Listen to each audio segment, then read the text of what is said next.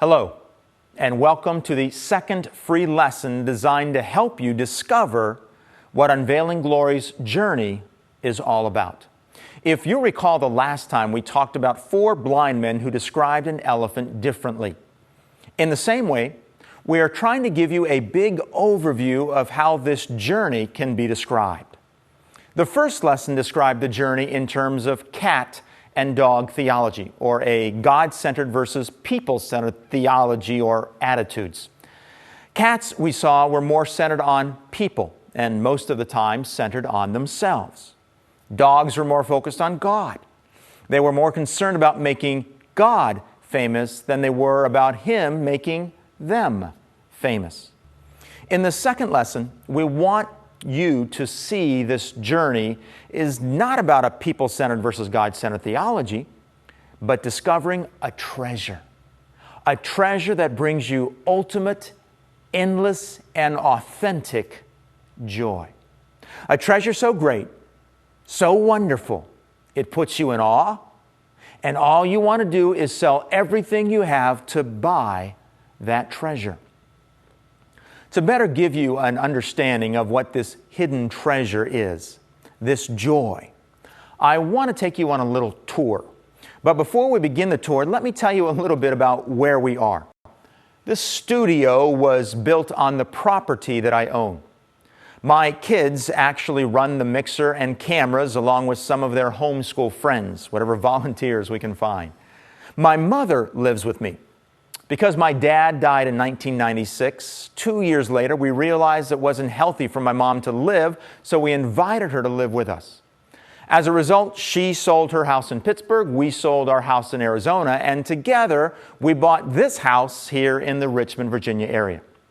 When we were first looking for this house, we drove down the road and saw a for sale sign here, so we stopped to take a look at it. Immediately, my wife said, "I will never live in this house." She didn't like the way it looked on the outside because she was hoping for a more traditional southern-looking home with a porch and a swing. Anyhow, as we looked on the inside, it was perfect. It already had a built-in apartment on the lower level for my mom. It was complete with a writing chair for her to go up the steps. It had an office where I could work, and it had a homeschool room for our 4 children. And although we weren't looking for it on our property, it also came with 10 acres, a horse barn, and 2 horse pastures, which we've basically never used because we've never really wanted to own horses. So after seeing how the house met all of our needs, we ended up buying this house, and my mom eventually moved in with us. And as the years passed by, the Lord began to bless and expand our ministry. As a result, I ended up outgrowing the office, and after much prayer, we ended up building this studio on our property. Hence, we have what we call our video studio.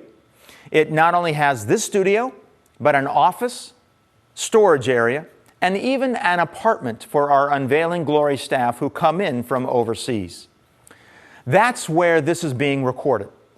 So with that being said, let me take you on a little journey to help you understand how this Unveiling Glory's journey is all about joy and finding a hidden treasure.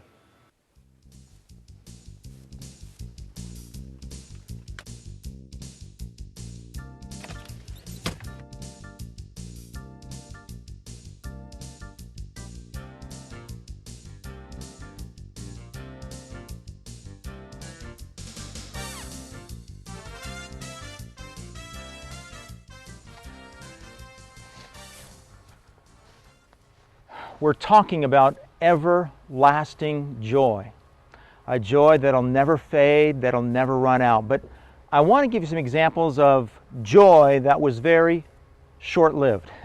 It wasn't at all everlasting. This, you can kind of see it, is a soccer goal. This is something that my boys just had to have. I'm using them as an example in this whole short-lived joy series. We got this soccer goal for them, and we used it up in the back field, upstairs field, I don't know, 10, 15, 20 times, maybe one summer. And after that, it got relegated to the barn. and it's never been used since. It wasn't even close to everlasting joy. It wasn't even much of a summer's joy, but it was a joy in their lives.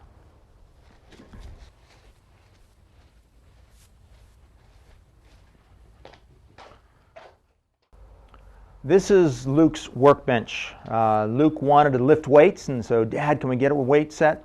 So we went to a friend who had one used, and so we got that one used for sale, and so we brought it out here, and he lifted, I don't know, 3 months, 4 months. One of the things he just had to have, as you can tell, tons of dust, hasn't been used in a long, long time. Back there are all of his weights that just sit there unused. Here is a bicycle. As you can tell, it hasn't been ridden in a long, long time. There's more back in there. My kids, we love to ride bikes. We've taken our bikes down to Williamsburg and ridden them, but they've been put to the back barn area, and now they're hardly ever used. That which was going to bring them great joy, very, very temporary joy. This is Hunter's four-wheeler. That's mine right over there. We love to do four-wheeling. Hunter and I go four-wheeling quite a bit together. But this is bringing us a lot of joy. But as you can tell, I don't know if you can see very well, but the body has to be taped up quite a bit. This is held together more by tape than anything else. It's broken down over here. The muffler now is off, and we've got to go buy ourselves a new muffler. So right now it can't be used. So that which brings us a lot of joy can be very temporary if it's broken or not working right.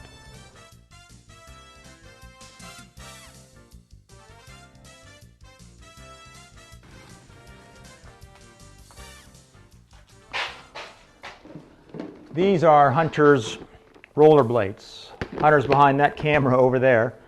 Hunter just had to have these. One of the things that just everybody had them, so he wanted to get them, and these lasted, what, Hunter, maybe 3, 4, 5 times a year, something along those lines. But these are the rollerblades that he just had to have.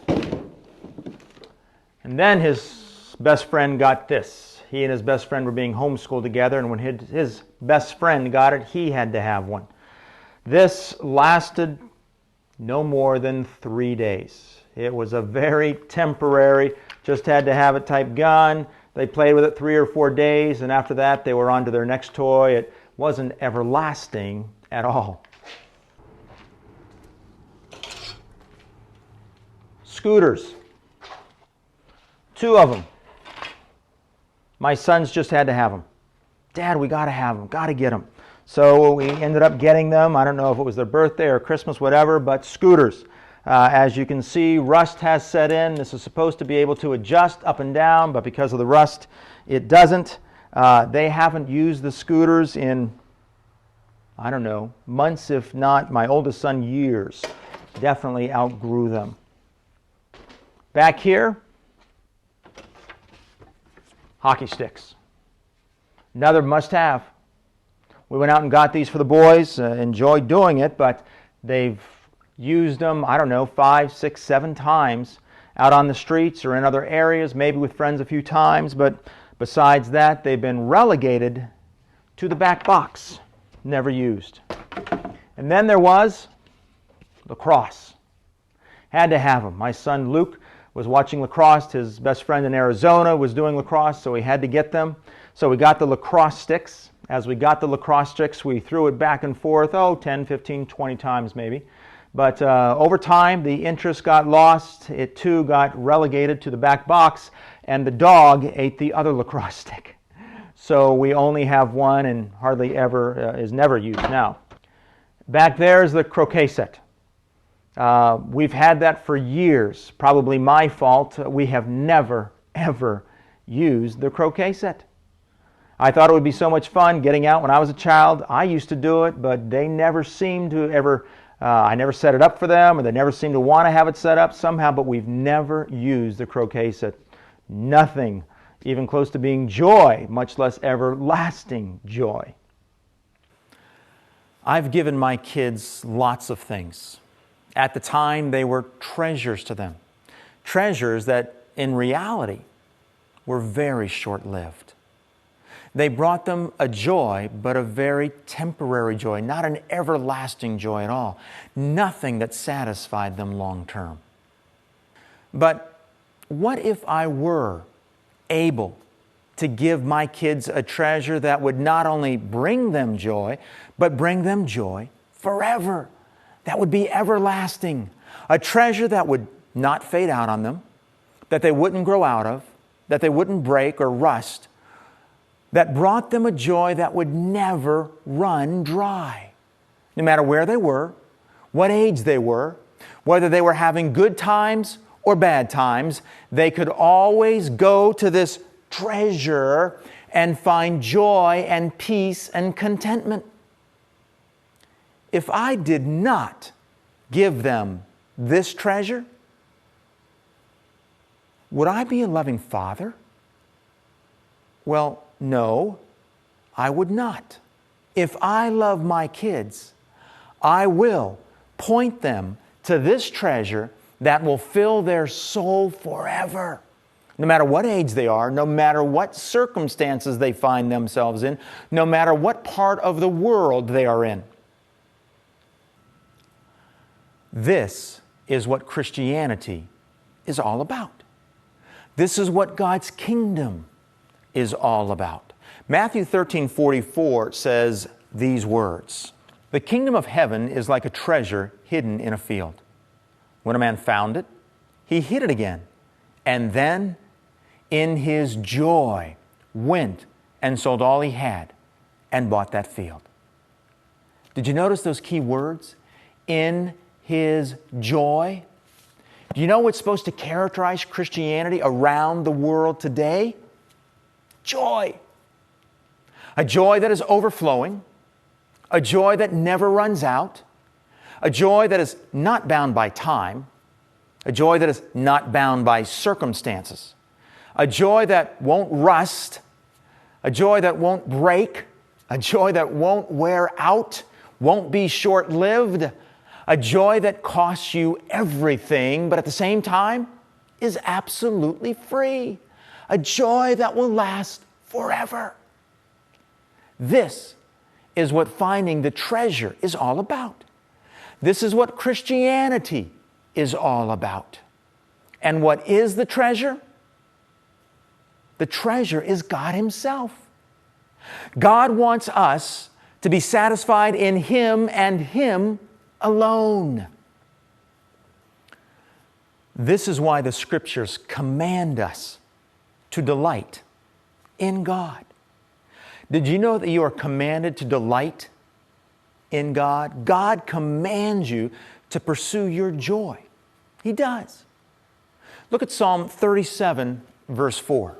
Delight yourself in the Lord. Just take the very first part of that verse. Delight yourself. You are commanded to delight.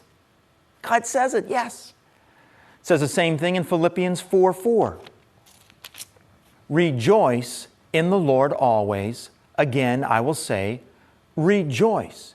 You are commanded to have joy. That's what He's saying. Rejoice. I command you to have joy. The Scriptures are full of verses that talk about being satisfied in God alone. Look at Psalm 43, verse 4. Then I will go to the altar of God, to God, my exceeding joy. God wants you to have exceeding joy. Psalm 104, verse 34. Let my meditation be pleasing to Him. As for me, I shall be glad in the Lord. 1 Peter 1:8 says the same thing. Peter understood it in the New Testament. As he was writing, he says these words. Though you have not seen Him, you love Him. And though you do not see Him now, but believe in Him, you greatly rejoice with joy inexpressible and full of glory. An inexpressible joy. That's what God wants you to have. That's what He wants me to have, every Christian to have. Inexpressible joy. That's why He says of Abraham in Genesis chapter 15, verse 1, these words, I am your shield, your very great reward. Let me ask you a serious question. Do these verses characterize your life right now? When someone looks at your life, would they say it is characterized by joy and peace and contentment? Or are you playing the game of Christianity? Are you going through the outward emotions when in actuality, deep down inside, you are living a quiet life of desperation, struggling in your Christianity? This was me for such a long time in my Christianity. If this is you, please take this journey. Because once you have eyes to see it, there is joy everywhere around us. Because everything is from Him and through Him and to Him. But we also know that it is easy to not see that joy, because there are a ton of things in this world that are crying out, we will bring you satisfaction. We will make you happy. We will bring you pleasure. We will bring you joy. Whether it's sex or drugs or cars, movies, the internet, clothes, sports, just about everything is delivering us that message. But in reality, they'll eventually leave you empty again and again and again. And your eyes will be off of God. In this journey, we will be pointing you to God as the all-satisfying, fulfilling, nourishing, gratifying, rewarding being in all of creation. We are going to be encouraging you to pursue your joy in God passionately. And when you do this, when you look to God alone for your satisfaction, you will have rivers of living water flowing out of you. You will have a deep, abiding joy, not always happiness, but joy. And God will get the greatest glory you could bring to Him as an individual. So, that's another way of describing what Unveiling Glory's journey is all about. Thanks for going through this second lecture. Thanks for still considering it. We hope that the Lord tells you yes for His sake and for yours.